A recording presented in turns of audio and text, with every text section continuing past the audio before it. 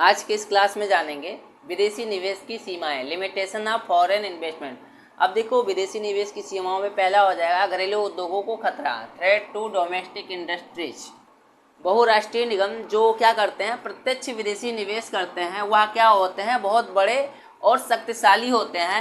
बड़े पैमाने पर उत्पादन और उन्नत प्रौद्योगिकी के कारण जो उनकी उत्पादन की लागत है या कॉस्ट होती है, वह क्या होती है, बहुत कम आती है किसी भी वस्तु को प्रोडक्शन करने के लिए। जो स्वदेशी उद्योगों जैसे विशेष रूप से छोटे उद्योगों और कुटीर उद्योगों के लिए क्या होता है, हानिकारक सिद्ध हो सकता है। क्यों? क्योंकि यह जो है इसके साथ प्रतिस्पर्धा बिल्कुल नहीं कर सकते, क्योंकि छोटे और कुटीर उद्योगों के पास पर्याप्त साधन न होने के कारण जो है ये लोग इसके साथ प्रतिस्पर्धा या मुकाबला बिल्कुल नहीं कर सकते हैं। ठीक।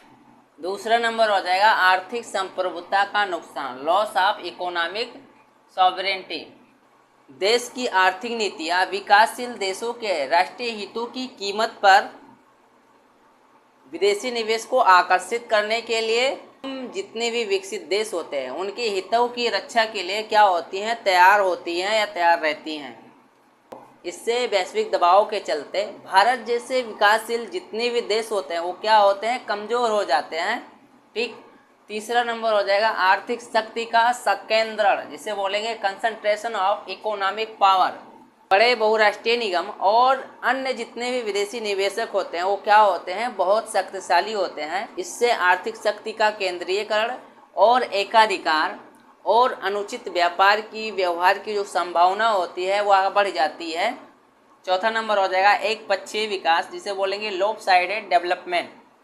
विदेशी निवेशक जो है उच्च प्राथमिकता वाले क्षेत्र के लिए जाने की अपेक्षा कम प्राथमिकता वाले उपभोक्ता क्षेत्र में ये निवेश करना या इन्वेस्ट करना पसंद करते हैं, और यह अर्थव्यवस्था को शक्तिशाली बिल्कुल नहीं बनाता है, बल्कि क्या होता है, उपभोगवादी संस्कृति को जन्म देता है, जिससे क्या होता है, बचत और पूंजी निर्माण कम हो जाता है।